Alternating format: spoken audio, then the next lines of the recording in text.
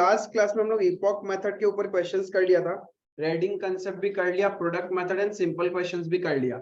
आज जो एक टॉपिक पेंडिंग है वो है अपना current account prepared by the bank. Bank कैसे हम लोग का करंट अकाउंट बनाता है और इंटरेस्ट कैलकुलेट करता है वो करना है। उससे पहले आप लोगों ने अभी तक जितना भी नोट्स लिखा है उसके अंदर में रेडिंग वाला पार्ट नहीं लिखा, पहले उसको नोट डाउन कर लेते हैं। अपना पॉइंट नंबर आएगा 17,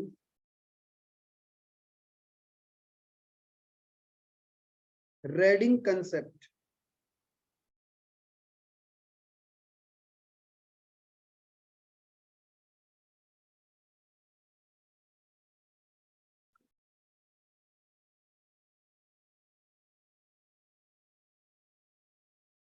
ये कंसेप्ट कब लगेगा?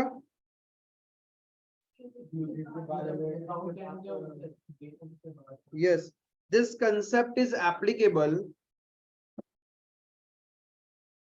only when due date falls after the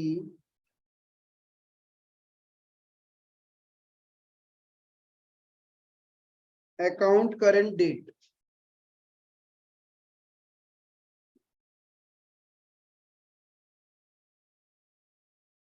Under this,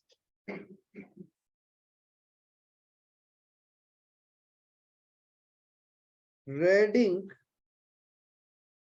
product is calculated on the opposite side of the transaction। जहां पे अपन ट्रांजेक्शन रिकॉर्ड किया उसका ऑपोजिट साइड में फिर रेडिंग प्रोडक्ट निकालेगा। क्लियर है? That was my red ink concept.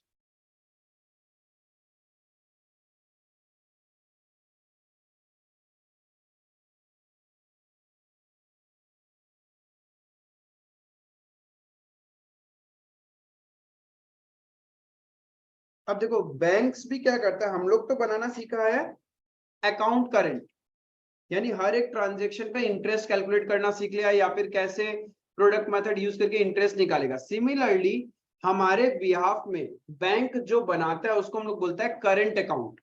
हम लोग बनाते हैं अकाउंट करंट और बैंक जो बनाता है उसको हम लोग बोलता है करंट अकाउंट। बिजनेस अकाउंट को करंट अकाउंट बोला जाता है। बैंक के अंदर आप डिफरेंट डिफरेंट तरह के अकाउंट्स खुलवा सकता है। जैसे एक डिपॉजिट अकाउंट होता है जहां पे क्या होता है, आप पैसा डिपॉजिट करके रखता है एंड वो लॉक इन हो जाता है for certain period of time, 2 साल 3 साल 5 साल के लिए, जिसको हम लोग एफडी बोलता है, फिक्स डिपॉजिट। तो वो हो गया डिपॉजिट अकाउंट। एक होता है saving bank account. Saving bank account में अपन क्या करता है, जो भी थोड़ा थोड़ा पैसा होता है डालता है, जब जरूरत होता है उससे निकालता रहता है। वहां पे रेट ऑफ इंटरेस्ट कम होता है। But saving bank account is not use for business transaction, right? Business के लिए हम लोग एक अलग अकाउंट ओपन करता है जिसको हम लोग बोलते हैं current account for the business. अब उस करंट अकाउंट का फायदा क्या है? सेविंग अकाउंट में कभी भी आपको ओवरड्राफ्ट फैसिलिटी नहीं मिलता। ओवरड्राफ्ट फैसिलिटी का मतलब कि बैंक में पैसा नहीं है फिर भी तुम क्या कर पा रहा है, ट्रांजेक्शन कर पा रहा है। इसको हम लोग बोलते हैं ओवरड्राफ्ट फैसिलिटी। और ये सिर्फ आपको क्या मिलता है, बिजनेस अकाउंट में ही मिलता है। तो आपका करंट अकाउंट होना पड़ेगा। अब करंट अकाउंट ऐसा है कि कभी कभी बिजनेस अकाउंट में पैसा नहीं होके भी आप लोग पेमेंट कर पा रहे हैं, राइट? तो उसके ऊपर बैंक आपसे इंटरेस्ट लेता है। लेकिन जब आपका पैसा वापस बैंक में आ जाता है तो इंटरेस्ट रिवर्सल भी करना पड़ता है। तो ईच एंड एवरी ट्रांजेक्शन के ऊपर बैंक इंटरेस्ट कैलकुलेट करता है। कभी आपका पॉजिटिव बैलेंस होगा, कभी आपका नेगेटिव बैलेंस होगा। तो हम लोग को सीखना है कि बैंक ये करंट अकाउंट बनाता कैसे, बैंक का सॉफ्टवेयर इंटरेस्ट कैलकुलेट कर कैसे लेता है। ठीक है, तो अपना जो लास्ट टॉपिक इस चैप्टर का बचा है that is preparation of current account by bank. Heading रहेगा प्रिपरेशन ऑफ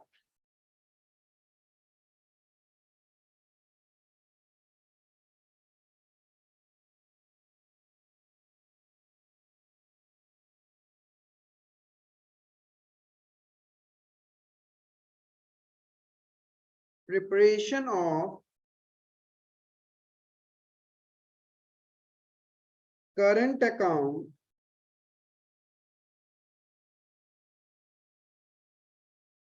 by banks।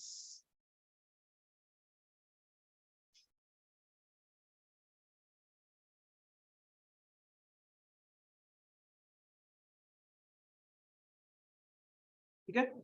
अब देखो सबसे पहले जब भी आप कोई अकाउंट करेंट बनाओ या करंट अकाउंट बनाओ, हम लोग को चाहिए नंबर ऑफ डेज कैसे कैलकुलेट करते हैं। हमने देखा नॉर्मल क्वेश्चन होता है तो नंबर ऑफ डेज निकालता है हम लोग कैसे, ड्यू डेट से लेके account current date.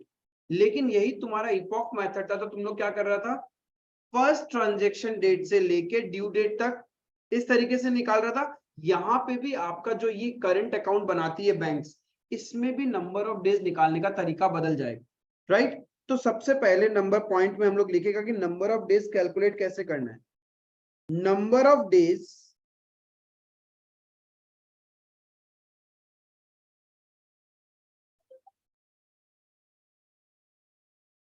are calculated from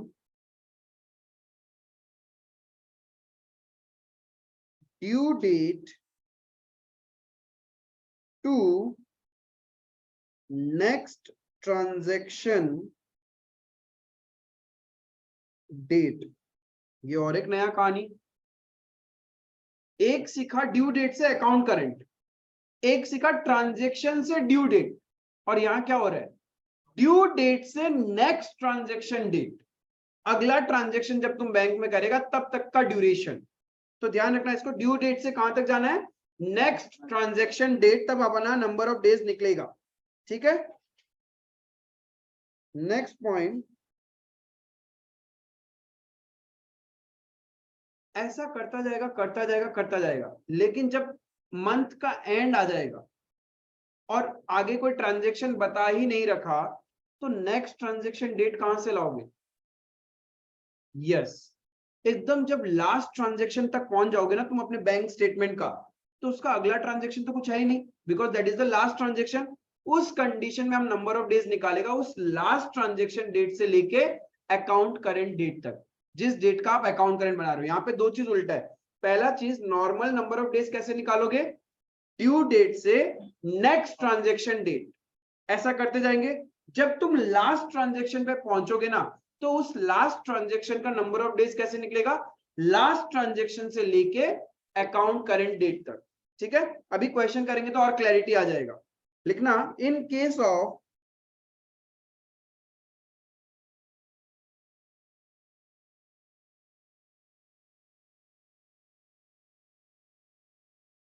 last transaction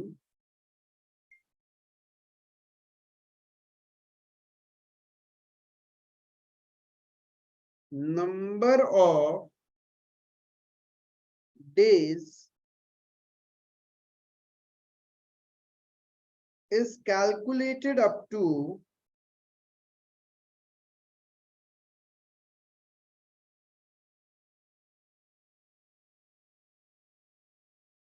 account current date।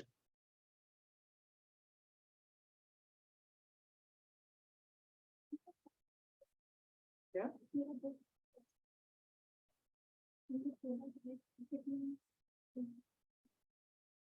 या तो इस अलमीरा में या फिर उस रूम में जो पोडियम है ना उसके नीचे चेक करोगे। Number of days is calculated up to account current date. Next point, अब बैंक में क्या होता है, हम लोग पैसा डिपॉजिट भी करते हैं और पैसा विड्रॉ भी करते हैं ना। तो डिपॉजिट करेंगे तो इंटरेस्ट सेव होगा, और जब विड्रॉ करेंगे तब इंटरेस्ट लगेगा उसमें। तो यहाँ पे क्या होगा कि हम लोग जो लेजर अकाउंट में जब करंट अकाउंट बनता है ना, उसके अंदर नेट इंटरेस्ट दिखता है हम लोग को। कुछ सर्टेन कॉलम्स है ना सॉफ्टवेयर हाइड कर देता है। आपने कभी अपना पासबुक देखा है, पासबुक के कॉलम्स क्या क्या होते हैं, date, transaction, deposit, withdrawal, net balance.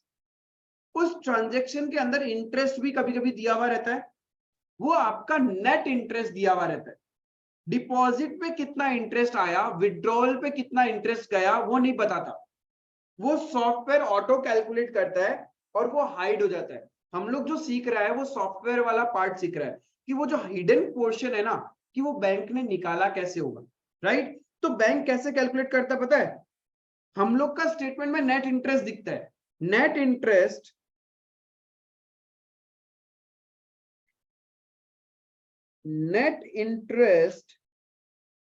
is shown in ledger account.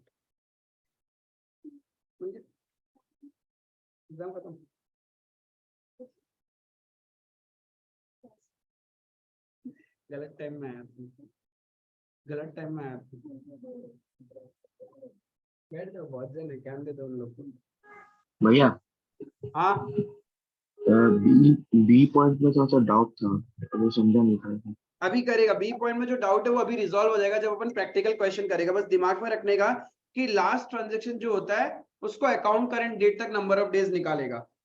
अभी हम सारा क्लियर कर देगा, एक बार नोट डाउन कर लेता है, फिर विद द क्वेश्चन सारा क्लैरिटी आ जाएगा आप लोग का।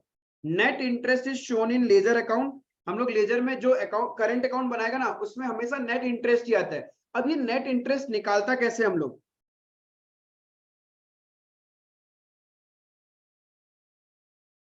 Net interest is equals to, bank में भी दो कॉलम होता है मेरा, एक क्रेडिट और एक डेबिट। क्रेडिट का मतलब पैसा डाला है और डेबिट का मतलब पैसा निकाला बैंक के पॉइंट ऑफ व्यू से।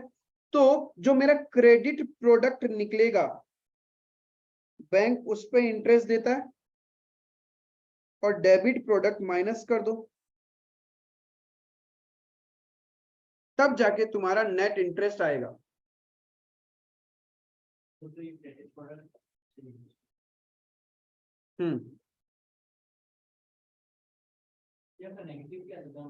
हाँ नेगेटिव भी आ सकता है, मतलब हम लोग को मिलना है। कभी कभी आपने देखा होगा बैंक आपसे इंटरेस्ट चार्ज करता है और कभी कभी आपको बैंक इंटरेस्ट देता है, तो वो कुछ भी हो सकता है। पॉजिटिव है मतलब मिलेगा, नेगेटिव है मतलब अपने को देना पड़ेगा। करंट अकाउंट में इंटरेस्ट मिलता तो नहीं है बट जाता जरूर है, जाता जरूर है, तो वही वाला केस है। हाँ सेविंग अकाउंट में तुम बोल सकता है कि सेविंग अकाउंट में मिलता है अपने को और सेविंग अकाउंट से जाता भी है। नहीं, हम लोग करंट अकाउंट दोनों ही सीख रहे हैं। आपके पास एग्जाम में जो क्वेश्चन रहेगा ना, दोनों ही रहेगा, बट हेडिंग है current account. Basically current account में सेविंग वेविंग्स कुछ होता नहीं है, ठीक है, बट एग्जाम में क्वेश्चन दोनों वे से आ सकता है। अपन सीख रहे हैं करंट अकाउंट, दोनों है वहां पे। बिजनेस का अकाउंट भी हो सकता है, इंडिविजुअल ट्रांजेक्शन का भी क्वेश्चन बोल सकता है। और एक चीज जो ध्यान में रखना है, क्या था? नंबर ऑफ डेज तो समझ लिया कैसे निकालना है। फिर नंबर ऑफ डेज निकालते वक्त एक थंब रूल है ना, क्या है? Exclude the first date and include the last date, यहां पे भी रहेगा। while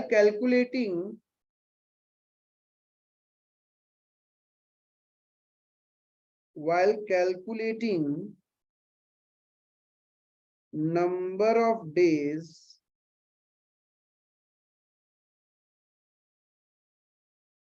exclude the first date and include the last date.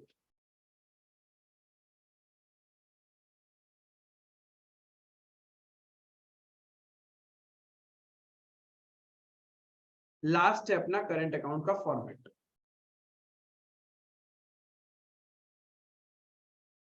Date देखा है तुम लोगों ने, पासबुक में होता है पर्टिकुलर, जहां पे लिखा हुआ होता है कि हम लोग पैसा डाला है, पैसा निकाला है, किससे पैसा आया है, वो सब कुछ लिखा हुआ रहेगा।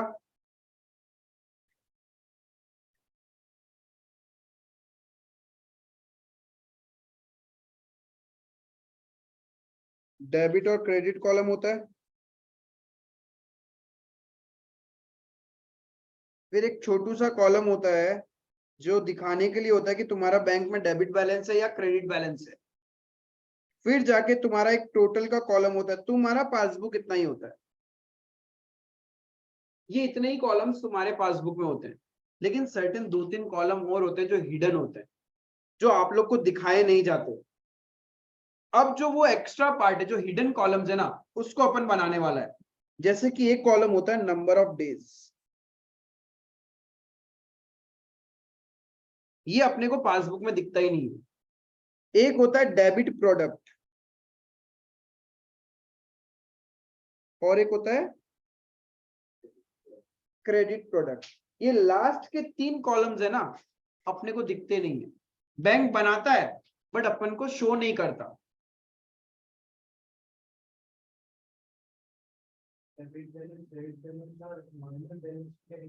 वैल्यू, नॉर्मल बैलेंस में वैल्यूज आएगी और वहां पे सिर्फ डेबिट या क्रेडिट, बैंक में पॉजिटिव है या नेगेटिव है बस वो आएगा।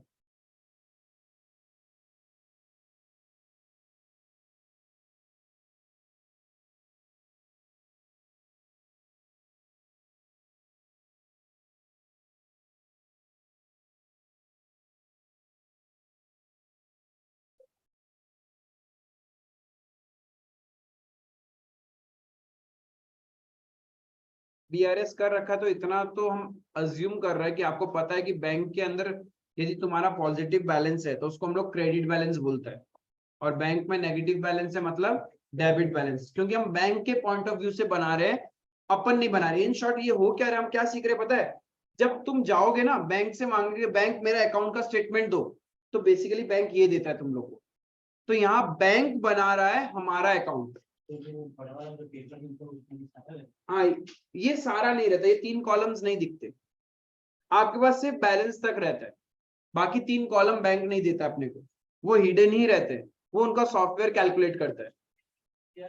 Debit product, credit product, doctor product, बाकी पता नहीं सीआर को, कंपाउंडर, डॉक्टर प्रोडक्ट और कंपाउंडर प्रोडक्ट। ठीक है, देखना एक क्वेश्चन करता है इलस्ट्रेशन नंबर 8। अभी सब समझ में आ जाएगा जितना बात लिखा हम लोग।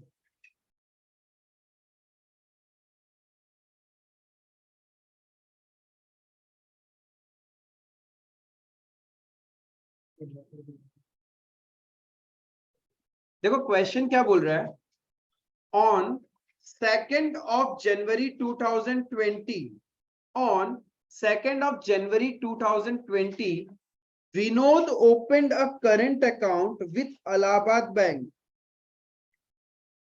and deposited a sum of rupees 30,000. 2 जनवरी को उसने बैंक में पैसा डाला। He further deposited the following amount, ये सब डेट में उसने ट्रांजेक्शन किया, फिर ये सब डेट में उसने विड्रॉ किया। ध्यान रखना हम लोग को क्रोनोलॉजिकल ऑर्डर में जाना है। पहले 15 जनवरी को पैसा डाला, फिर 15 जनवरी को पैसा निकाल लिया, फिर 12 मार्च को पैसा डाला, 10 अप्रैल को उसने पैसा विड्रॉ किया, फिर और पैसा डिपॉजिट किया उसने 10 मई को एंड 15 जून को विड्रॉ कर लिया। ऐसे नहीं है कि पहले आप सारा डिपॉजिट का एंट्री करोगे और बाद में विड्रॉल का एंट्री। बैंक में ऐसे थोड़ी मिलता है पासबुक, जब जब आप ट्रांजेक्शन करोगे तब वैसा ही तो मिलता है वहां पे पासबुक में। क्लियर है? अब नीचे अच्छे से पढ़ना, show Vinod's account in the ledger of Allahabad bank. Bank बना के देगा हम लोग को, तो हम लोग क्या लिखेगा, हेडिंग क्या होगा, yes Vinod current account with. अब तुम लोग ऐसे मत बोलना विनोद इन अकाउंट करंट, बिकॉज बैंक तो इसको करंट अकाउंट बोलते हैं ना, तो Vinod current account with Allahabad bank ये रहेगा। नीचे देखो क्या लिखा, interest is to be calculated at 5% on debit balance and 2% on credit balance। ऐसा क्यों किया बैंक ने?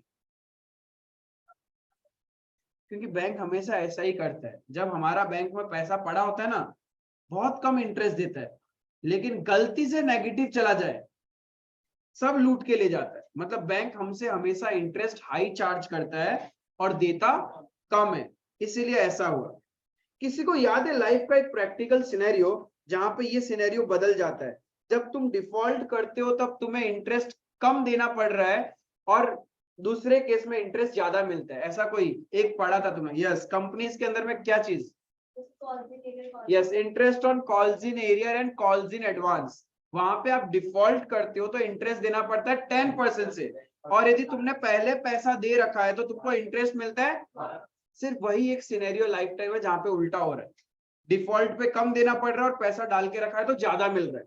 यहाँ देख लो, बैंक में पैसा पड़ा है तो तुमको इंटरेस्ट मिलेगा 2% से, लेकिन बैंक में नेगेटिव है तो बैंक तुमसे इंटरेस्ट लेगा 5% से। क्लियर है? The account to be prepared as on 30th of June 2020, calculation में be made correct to the nearest rupee, मतलब राउंडिंग ऑफ आप कर सकते हो। तो अपना हेडिंग क्या रहेगा? Yes, Vinod current account with Allahabad bank. यहाँ इंटरेस्ट दिखाने का जरूरत नहीं, दो इंटरेस्ट है ना, तो यहाँ पे ऐसा कोई जरूरत नहीं पड़ेगा।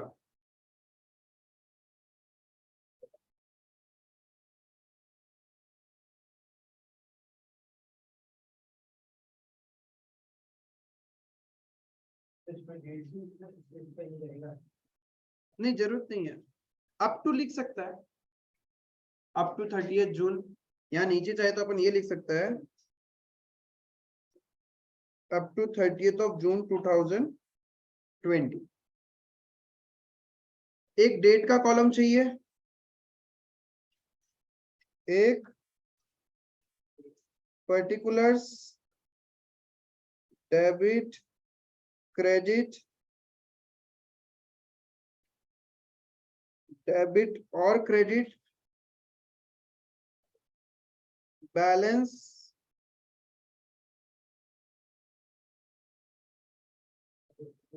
Number of days, debit product, doctor product और कंपाउंडर प्रोडक्ट।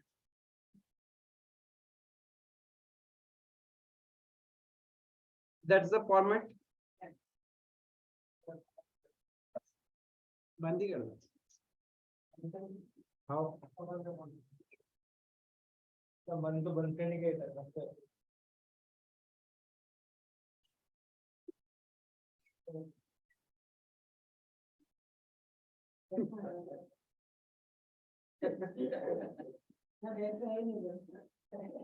देखो साइड में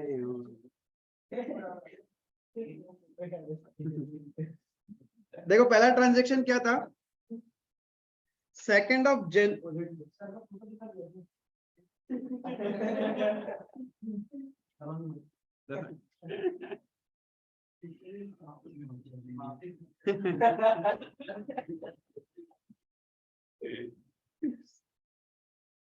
वो दिन भर ऐसे करता रहता है, खुद को निहारता रहता है। 2nd of January 2020 तुमने बैंक में पैसा डाला, तो बैंक बताओ क्या एंट्री करेगा? बैंक क्या जर्नल एंट्री करेगा? Cash account debit to customer account. तो बैंक कस्टमर का ही तो अकाउंट बना रहा है, तो कस्टमर अकाउंट में क्या लिखेगा वो? By cash. बैंक क्या कर रहा है? बैंक कस्टमर का अकाउंट ही तो बना रहा है, तो बैंक अपने बुक्स में क्या एंट्री करेगा? यदि कस्टमर उसको पैसा देगा तो बैंक बोलेगा cash account debit to customer. Bank के लिए तो ये लायबिलिटी है, तो कस्टमर के अकाउंट में क्या लिखेगा वो? Bye cash. तो टू बाय तो यूज करना पड़ेगा लेजर अकाउंट में।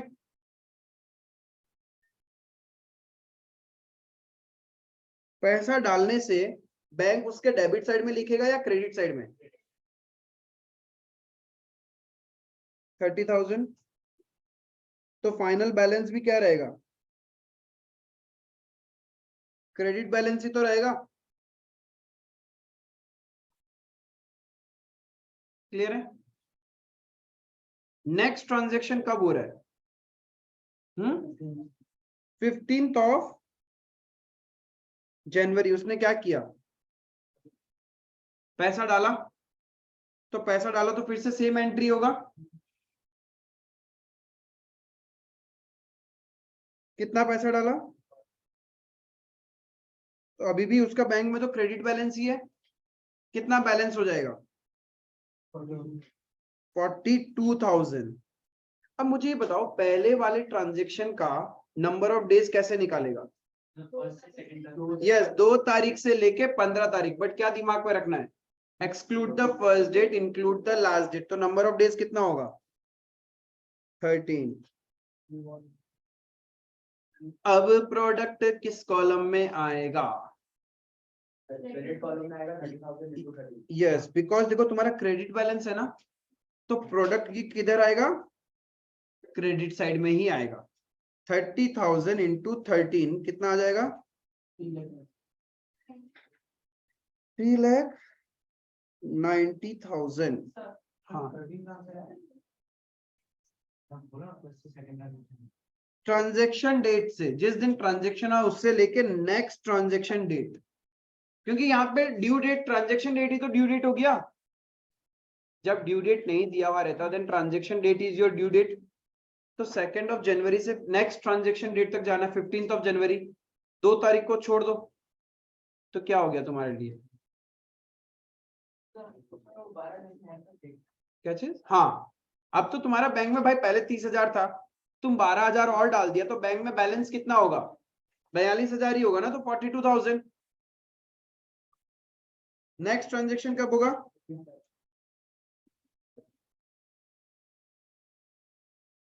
क्या किया? पैसा निकाला, तो बैंक क्या एंट्री करेगा? Customer account debit to cash account.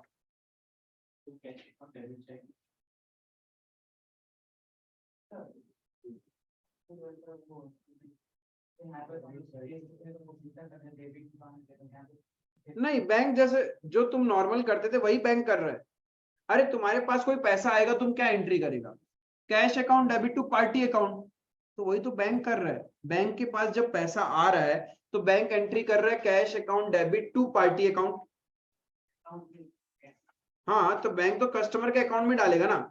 Suppose हम बैंक है, तुम हमारे पास बैंक अकाउंट खोला, तो जब तुम पैसा डालेगा तो हम क्या एंट्री करेगा? हम तो ये एंट्री करेगा ना, मेरे पास कैश आया तो कैश अकाउंट डेबिट टू तुम्हारा नाम। तो अब जब हम तुम्हारा लेजर बनाएगा तो उसमें किस तरफ लिखेगा? क्रेडिट साइड में, बाई कैश बोल के ना। बट यहाँ डेबिट क्रेडिट साइड नहीं है, पर्टिकुलर्स का सिर्फ एक ही कॉलम है, इसी में डेबिट साइड वाला लिखना है और इसी में क्रेडिट साइड वाला लिखना है। ठीक है, अब तुम पैसा निकाल लेगा तो किस तरफ लिखेगा अपन? कितना पैसा निकाल रहे हैं अपन? तो बैंक में पॉजिटिव बैलेंस रहेगा या ना नेगेटिव?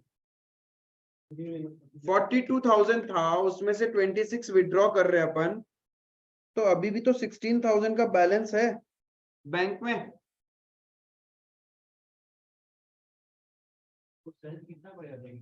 हाँ, सेल्फ निकाल रहे ना।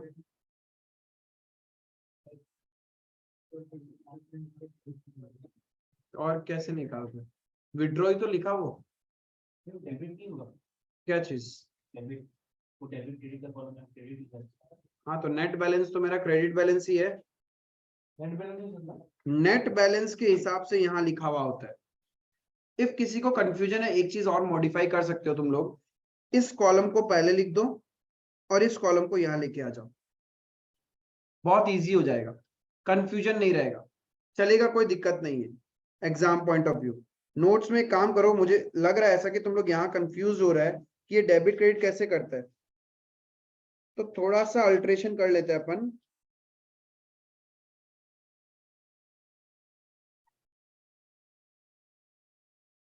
बैलेंस, तो फिर पता चल जाएगा, पॉजिटिव है तो डेबिट बैलेंस, नेगेटिव है, पॉजिटिव है तो क्रेडिट बैलेंस, और नेगेटिव है तो डेबिट बैलेंस। तो यहाँ पे भी अपन चेंज कर देता है।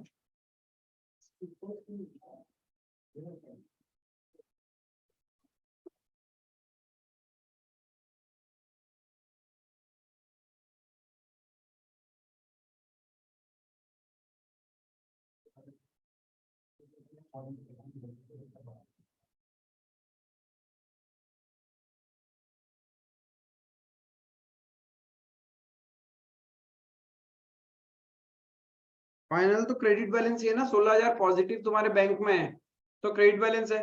तो अब जो 15 जनवरी वाला ट्रांजेक्शन हुआ था उसका नंबर ऑफ डेज कैसे निकालेंगे? 15 जनवरी से 15 फरवरी,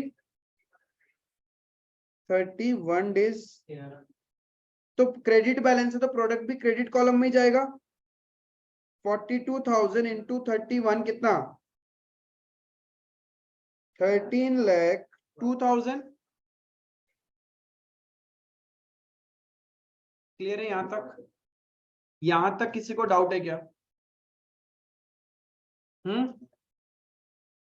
नेक्स्ट ट्रांजैक्शन कब हुआ है? 12 मार्च को क्या हुआ? पैसा डाला हम लोग, तो बैंक एंट्री करेगा cash account debit to customer. तो कस्टमर के अकाउंट में लिखेगा बाय कैश, तो क्रेडिट साइड में आ जाएगा। कितना पैसा डाला हमने?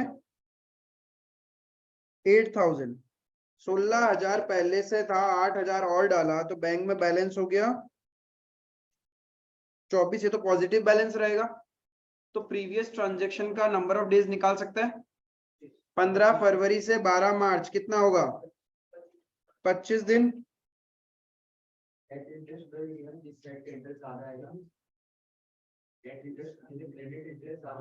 क्रेडिट का अलग से निकालेगा, डेबिट का अलग से निकालेगा, प्लस माइनस करके नेट। हाँ, कितना आएगा प्रोडक्ट यहाँ पे? ठीक है। देन नेक्स्ट ट्रांजैक्शन कब हो रहा है? 10th of April 2020। क्या कर रहे हैं अपन?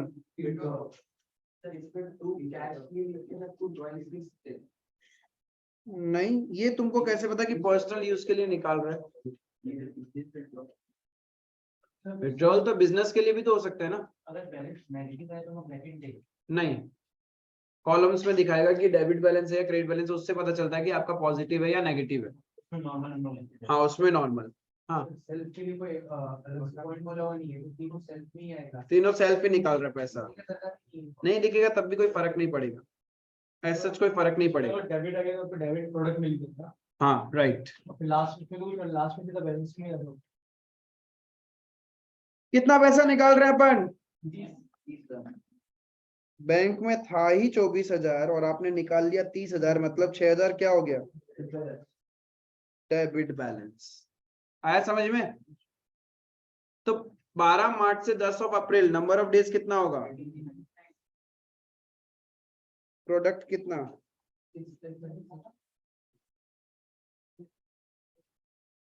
कैसे?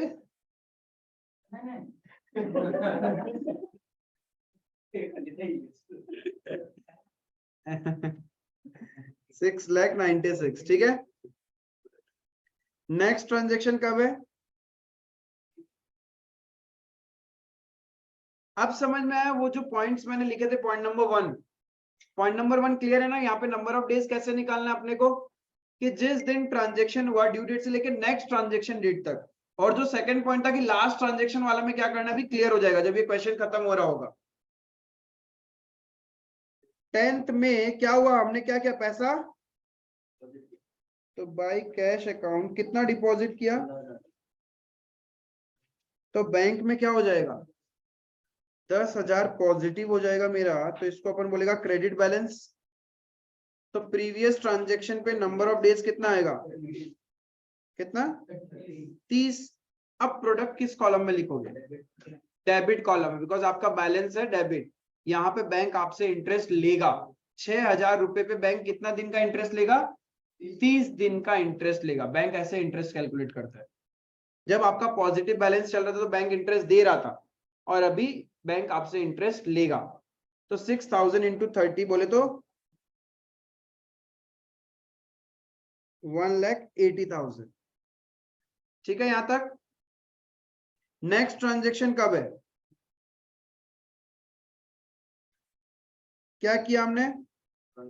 विथड्रॉ किया। कितना विथड्रॉ किया? 14,000। बैंक में पैसा ही नहीं था। कोई बात नहीं, बैंक हम लोग को ओवरड्राफ्ट फैसिलिटी तो देता ही है। तो ये डेबिट बैलेंस चला गया। तो लास्ट ट्रांजैक्शन का नंबर ऑफ डेज कितना आएगा? प्रोडक्ट आएगा मेरा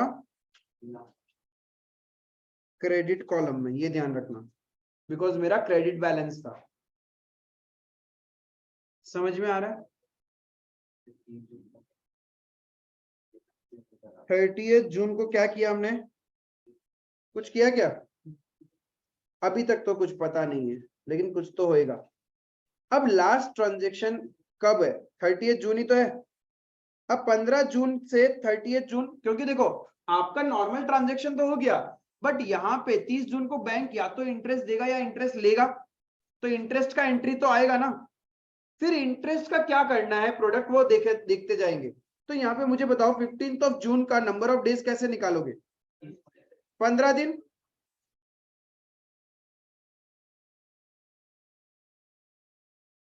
प्रोडक्ट डेबिट साइड में आएगा,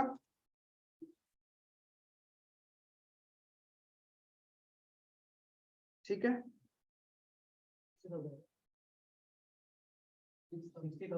अच्छा, अब ये ध्यान रखना, ये तुम लोगों ने कैसे निकाला पता है? लास्ट ट्रांजेक्शन कौन सा था मेरा? इसका due date number of days कैसे निकाला? इस डेट से लेके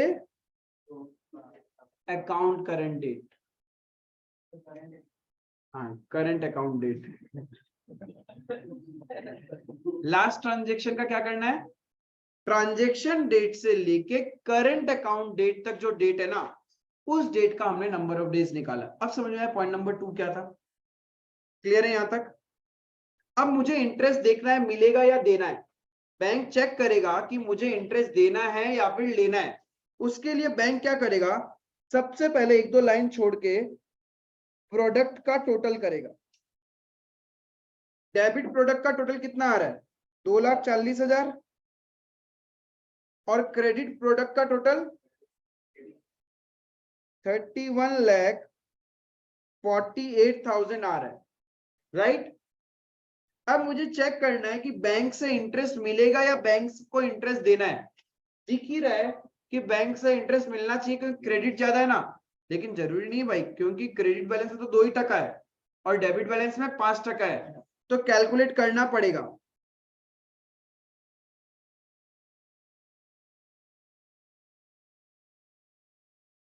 calculation of interest,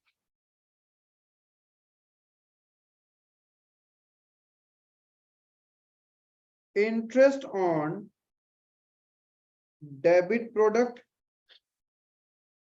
that is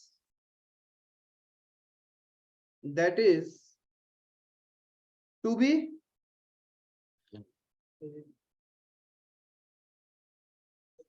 कितना आएगा यहाँ पे कैलकुलेट करेगा तो?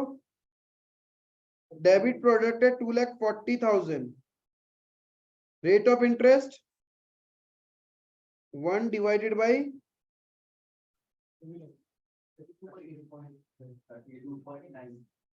8887 समथिंग आ रहा है ना, थर्ड डेसिमल तक जाएगा तो 76। हाँ वो राउंडिंग ऑफ, उससे फर्क नहीं पड़ेगा, वैसे भी लास्ट में अप्रोक्सीमेशन कर देगा हम लोग।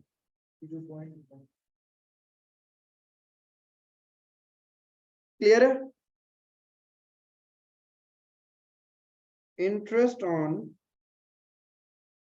क्रेडिट प्रोडक्ट 31,48,000 का 2%, 1/365, 172 पॉइंट एग्जैक्ट वही आ रहा है, तो 49 ले लेता है। 47 सिर्फ 47, आगे थर्ड डेसिमल्स कुछ नहीं है, तो वही लो। 172.49 तो 49, तो 2 डेसिमल ऊपर है तो इधर भी 2 डेसिमल्स लेते हैं ना।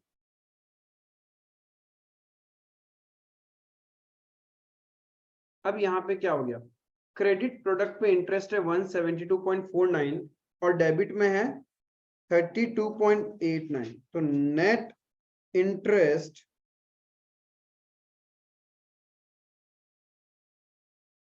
कितना आ जाएगा?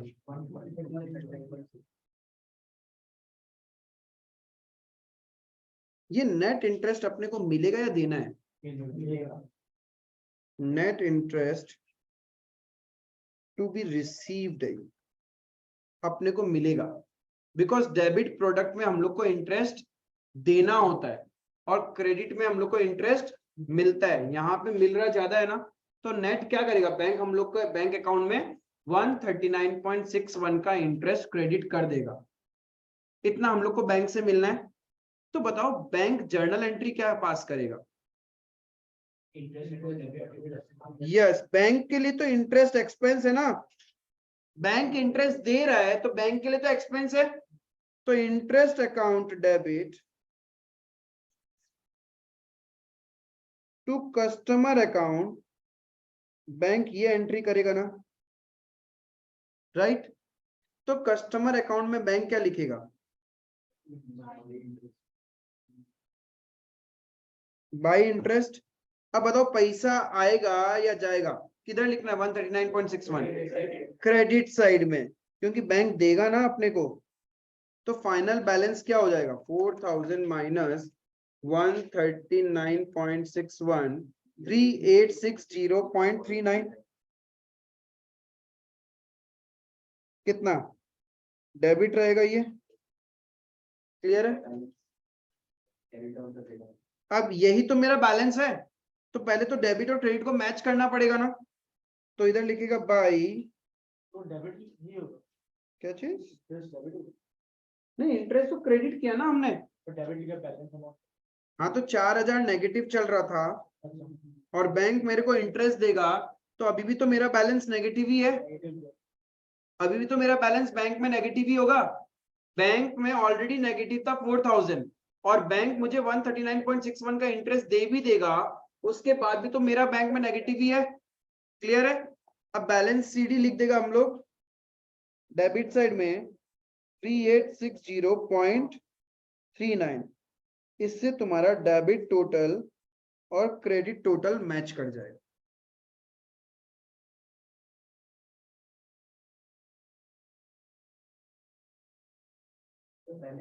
सॉरी, हाँ सॉरी, क्रेडिट में आएगा ना, डेबिट बैलेंस आ रहा है 3860.39। अब इसको बैलेंस ब्रॉट डाउन करना है, तो नेक्स्ट जून के बाद 1 जुलाई को क्या होगा? नहीं, जरूरी तो नहीं है। टू बैलेंस ब्रॉट डाउन ये होगा डेबिट साइड में 3860.39। चाहो तो लिख देना,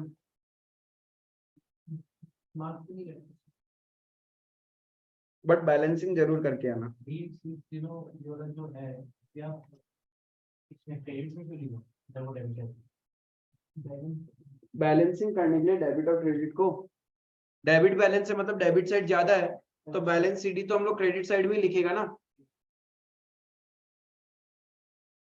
भैया ये एग्जाम में शो करना है कैलकुलेशन ऑफ इंटरेस्ट? एग्जाम में कैलकुलेशन ऑफ इंटरेस्ट शो करना है, ये ध्यान रखना। एग्जाम में ये कैलकुलेशन ऑफ इंटरेस्ट शो करना है, जर्नल एंट्री शो नहीं करना। जर्नल एंट्री जस्ट समझाने के लिए मैंने किया कि डेबिट प्रोडक्ट पे इंटरेस्ट देना पड़ता है और क्रेडिट प्रोडक्ट पे इंटरेस्ट मिलता है।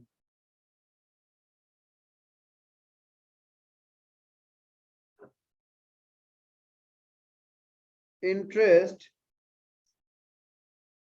देना है,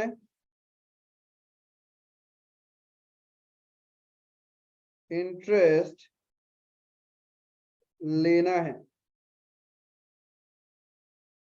क्रेडिट प्रोडक्ट का मतलब इंटरेस्ट लेना है और डेबिट प्रोडक्ट का मतलब इंटरेस्ट देना है। समझ में आया कि बैंक किस तरीके से बनाता है? किसी को भी डाउट कि करंट अकाउंट का क्वेश्चन यदि एग्जाम में आ गया तो किस तरीके से सॉल्व करना है? क्या चीज पूछेगा? एकदम सब कुछ एकदम इजी था, ऐसा कुछ वो था ही नहीं इसके अंदर। हर एक चैप्टर में इतना सारा टाइप ऑफ ऑप्शन है, कंफ्यूज रहता है। इसीलिए तो रिवीजन चाहिए, इसीलिए तो रिवीजन चाहिए ना। आप कैटेगरीज को अलग करो, इसीलिए हम लोग क्या करते हैं, चैप्टर जब स्टार्ट करते हैं उसमें लिख देता है कि उस चैप्टर में पढ़ना क्या क्या है, आपको उसी से अपना रिवीजन करना है। यदि आपने कुछ नहीं लिख के रखा, आपको पता ही नहीं उस चैप्टर के अंदर कितना कहानी था, और कहानी को अलग अलग करना है और अलग तरीके से समझ के रखना है, तब जाके क्लैरिटी आएगा। ठीक है, अब होगा बड़ा प्रॉपर समझ नहीं रे, समय दो, एक हफ्ता देता है। क्यों चेक ही नहीं किया तो कैसे दे? हाँ तो चेक करना होगा ना। मेरा टेस्ट चेक नहीं करनी चाहिए। ठीक है, I hope that was everything in account current. इसके अलावा कोई कंसेप्ट है नहीं अकाउंट करेंट में। हाँ बोलो।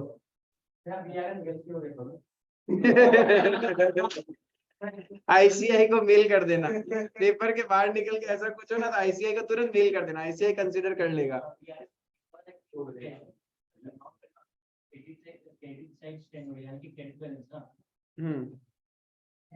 डेबिट पॉजिटिव बैलेंस था वो।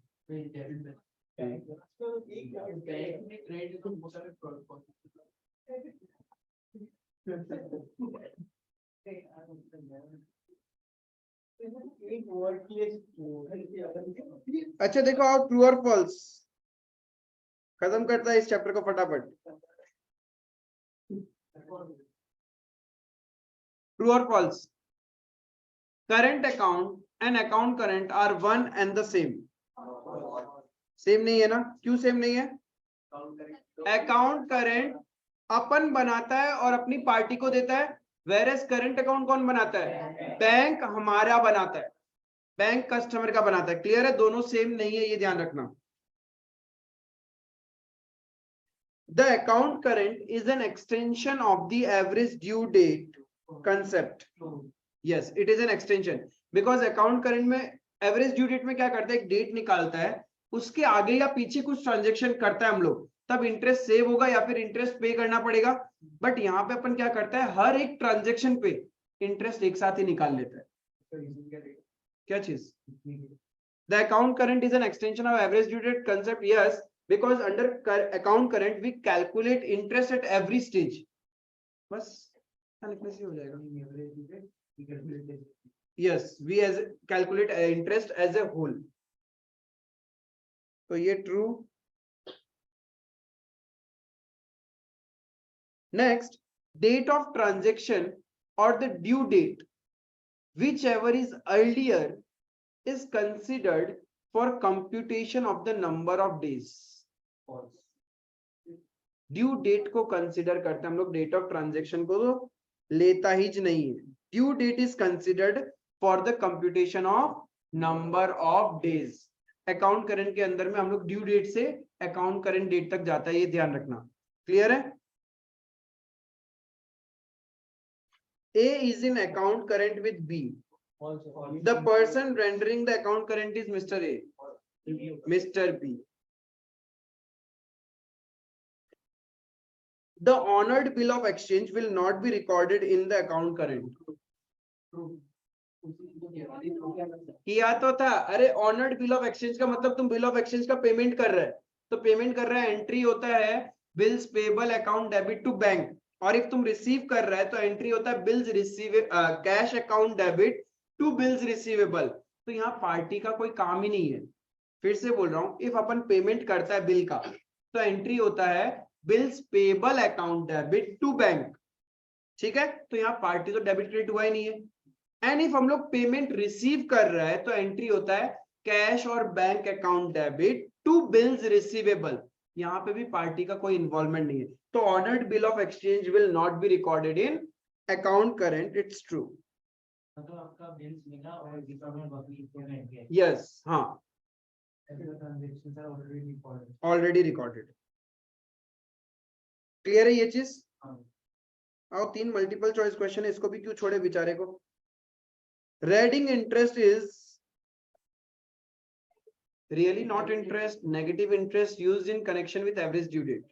It's a negative interest, तभी तो हम लोग opposite side में लिखते हैं। An account current is a statement of mutual transaction between two parties in lieu of average due date prepared for a particular accounting period. In lieu of between two parties. Account current हो चाहे average due date, दोनों between two parties है।